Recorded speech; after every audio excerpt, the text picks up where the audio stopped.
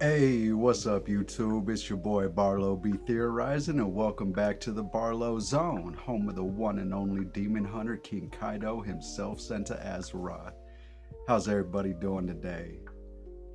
I hope y'all feeling all right, and I hate to do this, but I do want to start this video kind of responding to something that's going on in the community right now because we shouldn't be tolerating it, right? It's not okay, and especially in this day and age, something like this as a reaction from us as a community should not be something that we stand by and allow to happen. So I just wanted to kind of mention that real quick, right? Because there's been a decent controversy surrounding the casting of Princess Vivi for the live action, right? And I'm not familiar with the actress. If I'm remembering correctly, I got here Charithra Chandran. I'm not overwhelmingly familiar with her filmography. To my knowledge, I haven't watched anything that she's been in, but I've read some articles that give me reason to believe that she's a decent actor, somebody that should be given a shot, right? But as I've been kind of reading and seeing more about it, it's got me disappointed. And I really hope that the people coming through my channel aren't involved in that. If you are, please stop, because some that maybe people don't remember, because the manga is a black and white medium. It can be difficult to convey skin tone without pushing it too far, bringing controversy on yourself. And admittedly, Oda has done color pages on the cover stories, colored in some of the spreads, stuff like that. So perhaps he could have done better alluding to the ethnic origins of Vivi. But we do need to remember, as a community, Vivi and Cobra and the Kingdom of Alabasta are modeled after Middle Eastern, Egyptian, and in general Northern African cultures. Why would that actress be Caucasian? I, I'm just saying, it wouldn't make any sense for the casting to be something else. I mean, yeah, perhaps there are some good Egyptian actors out there that maybe wouldn't have gotten as much flack about it, but Egypt isn't the only model for Alabasta. It's just what we as a community and fans have connected it with more so than the Middle Eastern or the general Northern African roots. But I had to throw that out there because this isn't okay. We're risking destroying something beautiful that's being gifted to us. Because let's be honest, what was the last good live action adaptation of a manga or anime, right? Some may not agree with this, but I did enjoy. I didn't like everything about them, but I enjoyed the Full Metal Alchemist movies that Netflix did. One Piece was definitely better, but that could just be One Piece bias because I love the story. But anyway, if you do come through here and you see this video, please keep that in mind, okay? Like, even if the rumors aren't true and Oda didn't specifically say that actress is Vivi, she is the one, the casting crew understood the assignment. They weren't about to whitewash this show because the manga is a black and white medium. They understood the context and the assignment. So all I'm asking is give her a chance, because I haven't seen any shade being thrown at the actor who was cast to play Cobra. What's his name? Sendil Ramamurthy. Some of y'all, if you watch the CWDC shows, you might recognize him as Bloodwork from The Flash. It was that show was getting into its waning hours by that point, but he did a pretty good job. I liked him. He was a memorable character. But nobody's throwing shade at him over his casting as Cobra, and he is an ethnic actor as well. And we got to keep in mind, Luffy and Usopp, for example, were not as tan as the actors are in the manga. So how are we going to have a problem with one character being cast lore accurately, but not have a problem with other characters also being cast lore accurately? It doesn't make sense. Please mention it to your friends. And if you see or hear somebody griping about this, try to save the show. Try to show our community in the best light that you can, because racism is intolerable. It just is.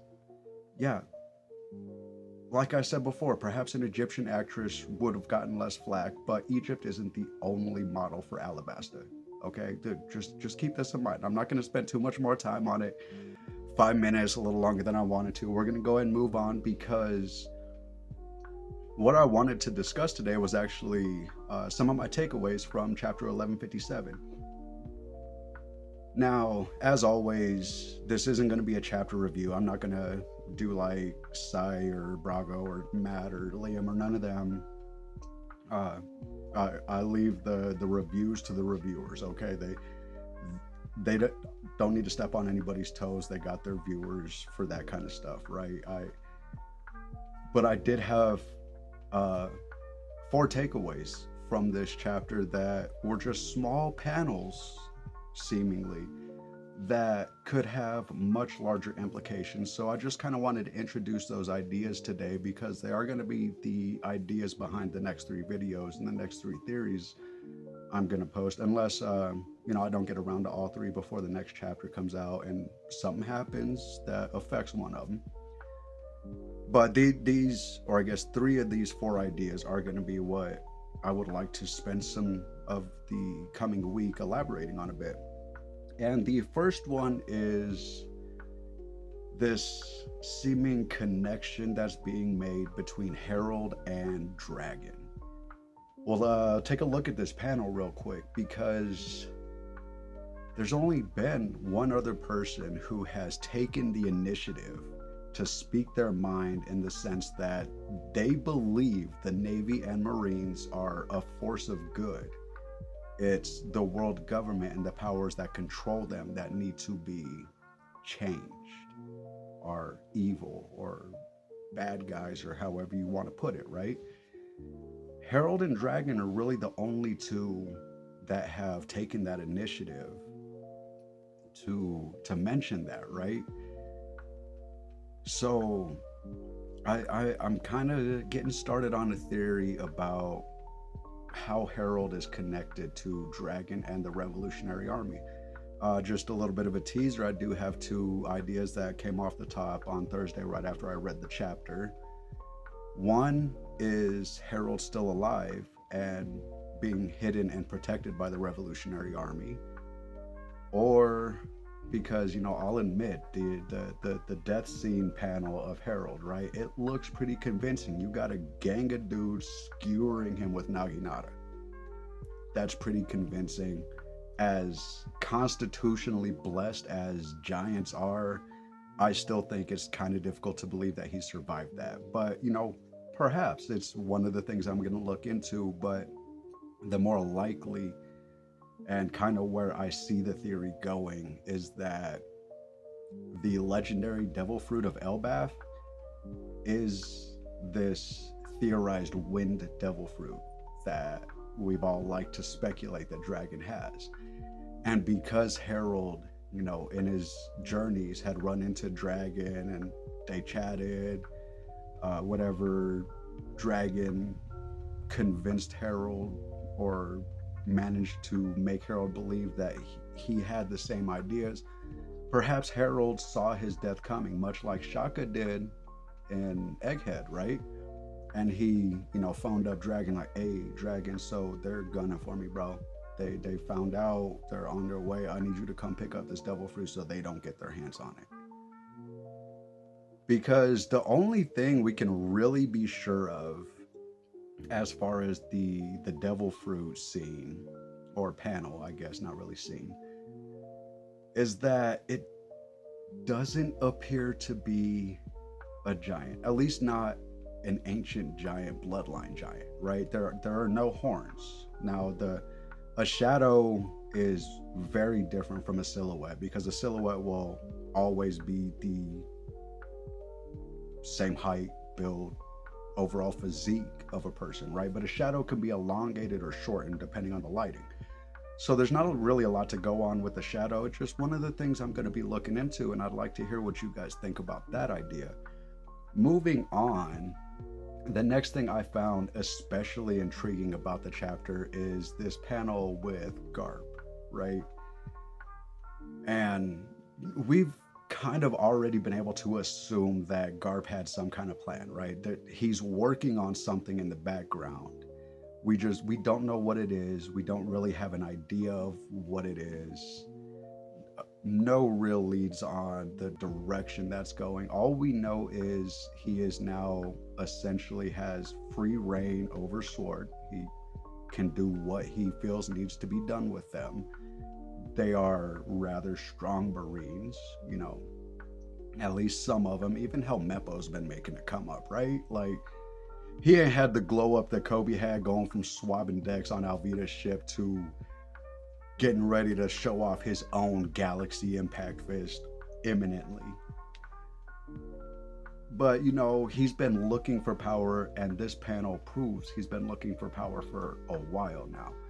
Now, the two follow up panels with Sengoku and Utsuru reacting, they they don't appear to be reacting positively. Like, it doesn't appear that they are quite on board with what Garp's saying, but judging by how they act now, you know, 42 years later after this moment, something has happened and they have seen what Garp was saying, or have decided of their own volition that, you know, Garp needs their support, because they both continue to believe in and trust Garp, right?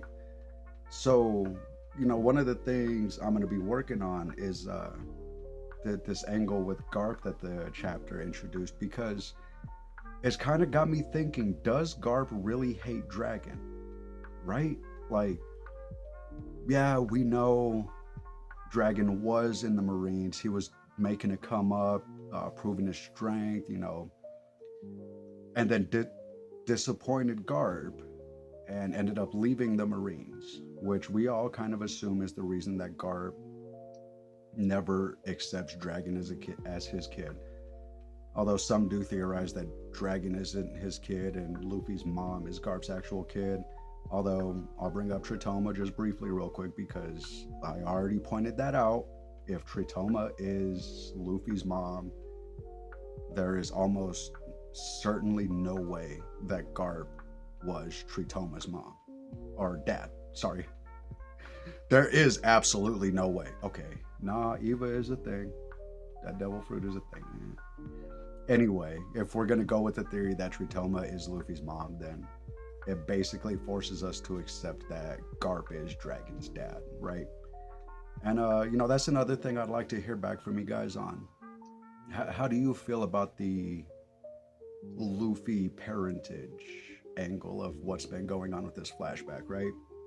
Because if Dragon is Garp's son and Garp doesn't hate Dragon, right?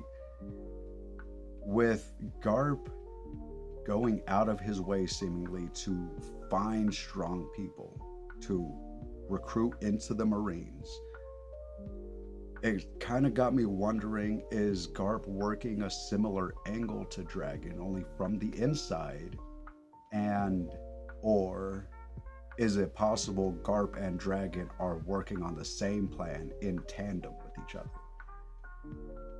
So that's point number two. I'd definitely like to hear what you guys think about that one, because I've kind of already presented a theory concerning Dragon and Luffy's parentage, right?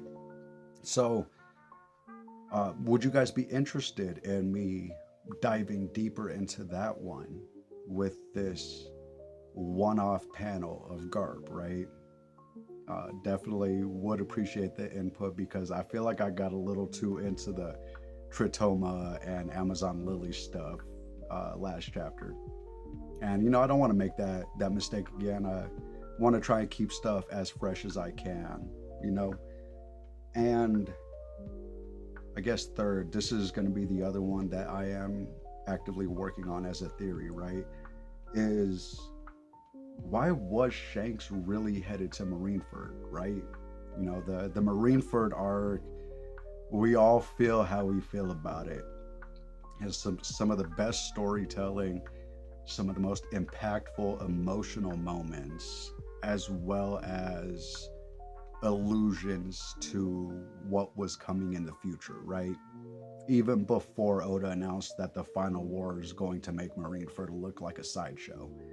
So, why was Shanks heading there, right? Or why did Shanks go to intercept Kaido more accurately? Because this panel, a- as soon as I saw it, the first thought I had was these aren't guys who hate each other. There appears to have been a prolonged respect between Whitebeard and Kaido, right? At least because, we know that Whitebeard was the one that was sent to recruit Kaido before he joined the Rocks Pirates. I'll try and find that panel, make sure it's up here. But more accurately, even after the Rocks Pirates have been together for a couple years, Kaido and Whitebeard still have this banter, right? Like, this banter doesn't feel like two people who hate each other. Like, yeah, Kaido mentions that he's jealous, right? But because of how Whitebeard reacts, it can kind of be read that Kaido wasn't all, oh, I'm jealous of you, I want your devil fruit. It was like, oh man, I'm kind of jealous I can't do that. You're pretty strong. And Whitebeard's all, you want a power, huh? Be careful, you're stuck with it forever. I was more like a big brother giving his little brother a little bit of friendly advice because of what he's announced he wants to do. So, was Shanks sent to intercept Kaido to make sure he didn't make it to Marineford to offer Whitebeard his support? Because of who Whitebeard is, man. Like, honestly, I know, it's one panel. Barlow, you're tripping, dog. It's one panel. Why you taking it so deeply, right? Why you being so serious? But I love Kaido and I love Papa Newgate, right? Like, Edward Newgate, one of the best dads in the entire series, even though as of now we have no confirmation he had any biological children of his own. There's the whole Weevil with Stussy. Was he a clone? Did Whitebeard get drunk and mess up? Any number of things, but it's all theory for now, right? As of now, we don't have any confirmation that Whitebeard had a biological kid, but we know that he was obsessed with family. He wanted to build a family among these pirates, these renegades, these throw them in the garbage people that nobody else cared about. He wanted to come through like, hey, I still believe in you, kid. Follow me. Like, dude even took a blade to the gut just to prove a point. He's all, nah, I forgive you. I get why you did it, and I forgive you. Like, is he a Hank Allen? Nah, nah. Hank Allen's the dad on a whole other level, but Whitebeard's right there. Easily in the argument for number two. I don't really have a list of top three or top five. I just know, Henry Allen is the OG, the goat of dads, right? So I'm going to be working on this idea because it's something that's been on my mind since the end of Wano. Yeah, it hadn't really floated into my mind before that. I'd seen some people talking about it, but the amount of things we've been seeing with Shanks, right, it's really got me leaning into this idea that maybe Shanks isn't a good guy. Now, some people might argue, hey, the cloaked figure in the room of authority was almost certainly Shamrock. Why would Shamrock need to wear a cloak? Why would Shamrock need to hide and sneak his way through Pangea Castle? He's a God's Knight. He has the Gorosei's ear. And they certainly wouldn't have reacted with a "you're lucky we're allowing this audience right now." That was Shanks. I'm calling it 100% in my mind. That cloaked figure was Shanks.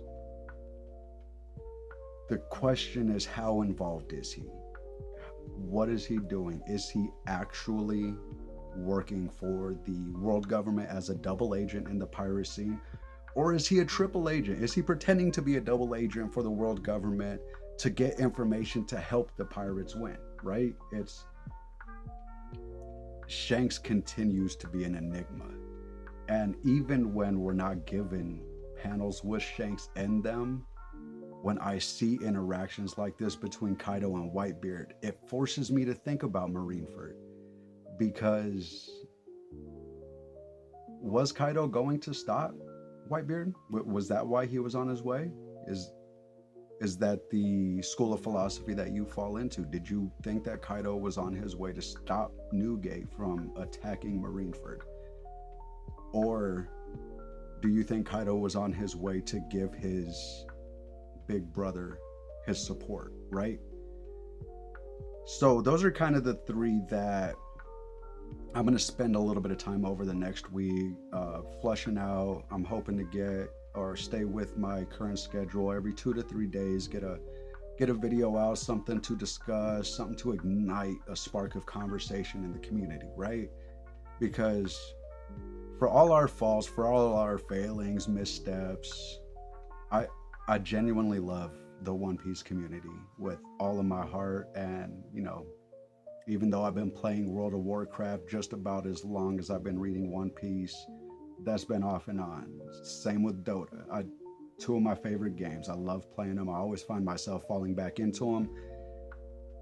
I don't want to see our community become as toxic as that, right? So I want to spark lively debates and conversations over perhaps some details that the bigger channels aren't focusing on, because we all want to talk about the big hitter moments, the Shaggy settling down on Hachinosu, because is that going to lead to a Rogers pirate raid of Hachinosu? Or is that going to lead to the Rocks pirates invading God Valley, right?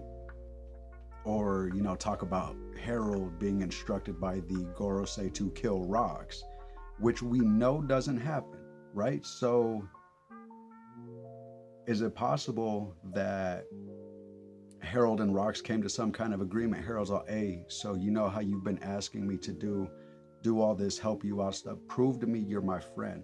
The world government has asked me to kill you. Please fall off the map for a bit. Go into hiding. Dudes, you guys have booty out this world. You could survive for a while without more raids. Just go chill on Hachinosu. Go drink at Shaki's bar. But keep quiet. Let the world government believe that I have killed you so I can get my nation into a better place. And then ultimately leading into God Valley with, Rocks re-showing his face, the world government realizing, oh, Harold pulled a fast one on us, sending a bunch of agents over to Elbaf to shish kebab him, right? So, everybody wants to talk about that stuff. And sometimes these smaller details, admittedly, they might not mean anything, right? I could just be grasping at straws. I don't think I am. I've been wrong a lot. I'm going to continue to be wrong. But I'd love to hear what you guys think. Or even if not, even if you don't want to respond to what I'm saying, I'm just hoping I can spark some conversation in the community. Get people thinking about what might be coming. Because living in the moment with a story like One Piece is beautiful, don't get me wrong.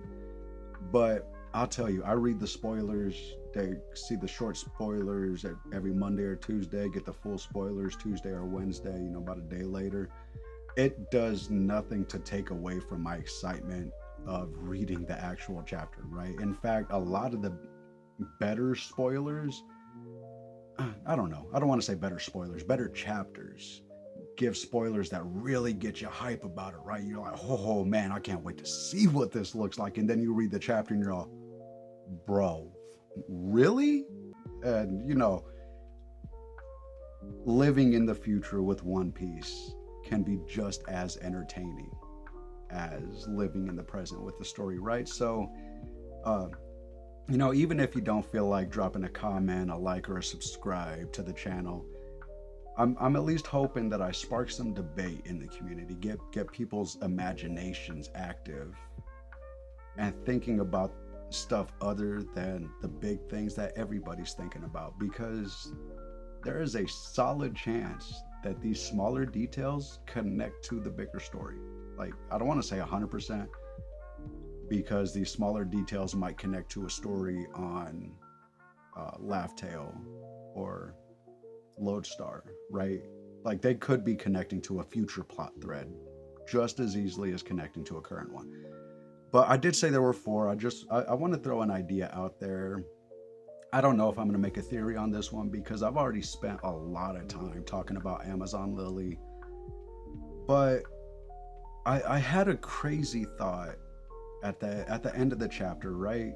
Some Stussy said that it had me thinking, why is she leaning into this bit that the Amazon Lily warriors, the Kuja pirates and the Kuja warriors, are known for, right?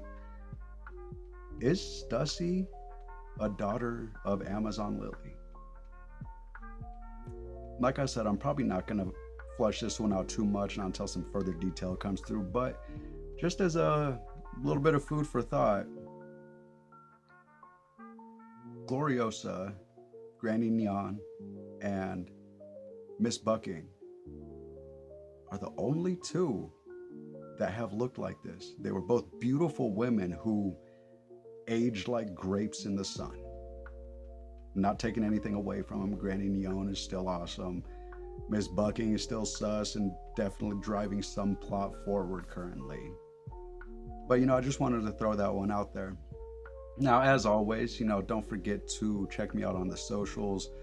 I'm gonna keep plugging the X, but I'm not really enjoying posting there. I'm going to continue to post there from time to time, but I definitely feel like I'm going to be much more active on Tumblr. The One Piece community over there is much more friendly and accepting to newer creators, right? I don't always get great interaction, but I'll usually get a like or a reblock, something like that. Tumblr gives me a reason to keep coming back to post and interact with the community.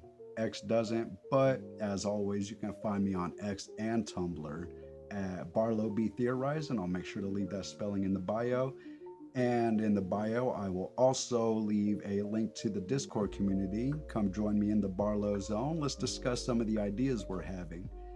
And as always, much love, fam.